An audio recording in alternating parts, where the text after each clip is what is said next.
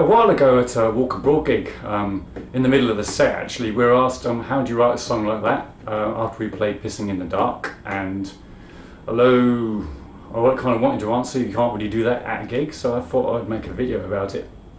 There's quite a story behind the words, but you'll have to come to a gig and hear Sandy tell that. I'm just going to talk about how I came up with the accompaniment part. So I was experimenting with some descending bass lines, and starting from that quite common chord progression that you see in a lot of places.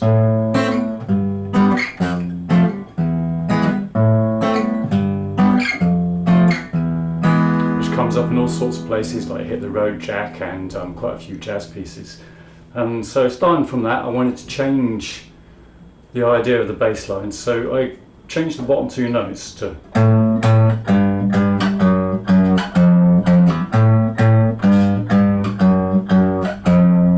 which kind of just shifts the tonality a little bit. It's kind of an evolutionary process, so I tried a few things on the way. I can't remember every single one, obviously, it's a while back now. So I also wanted to try and experiment with keeping the same chord and moving the bass line. So start with a minor, and putting that one in, and then I switched down to a minor 6, and then to keep the top part the same, make that an F sharp, what's that, F7 sharp 5 by the looks of it.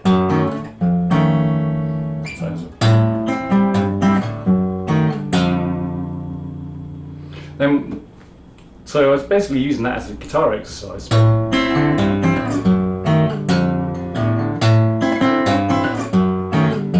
You've got the top notes are sliding down at the same time as the bass line is moving, but in a slightly different rate.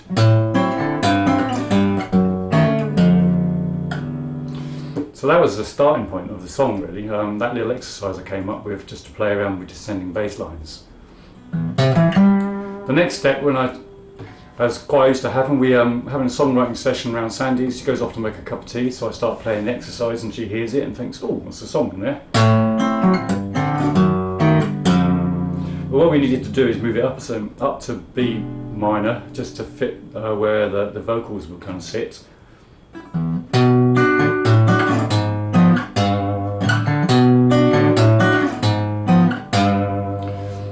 Then we needed, because of the way the lyrics were coming out, we obviously wanted to take it up in a sort of 12-bar kind of way to the fourth, sorry. So you get the same bass line pattern,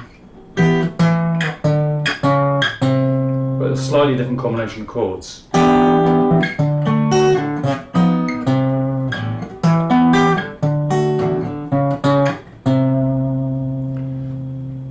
And then we just took it back down again.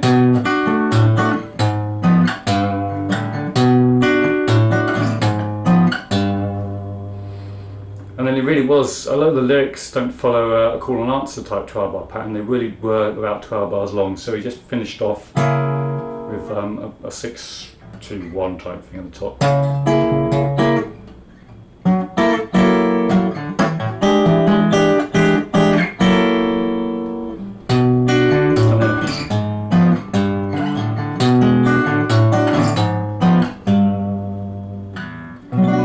So that's how we kind of gradually evolved the chord pattern of the song.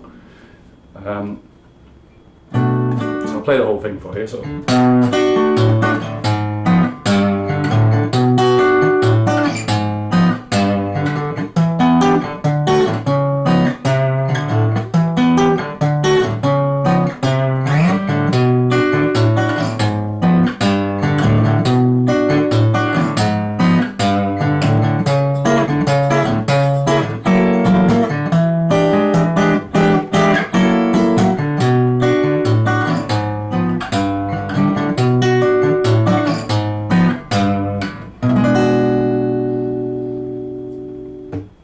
I hope you found that interesting.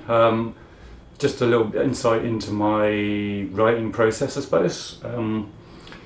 Please share it around if you did find it interesting. Like and subscribe and all the rest of that kind of stuff. And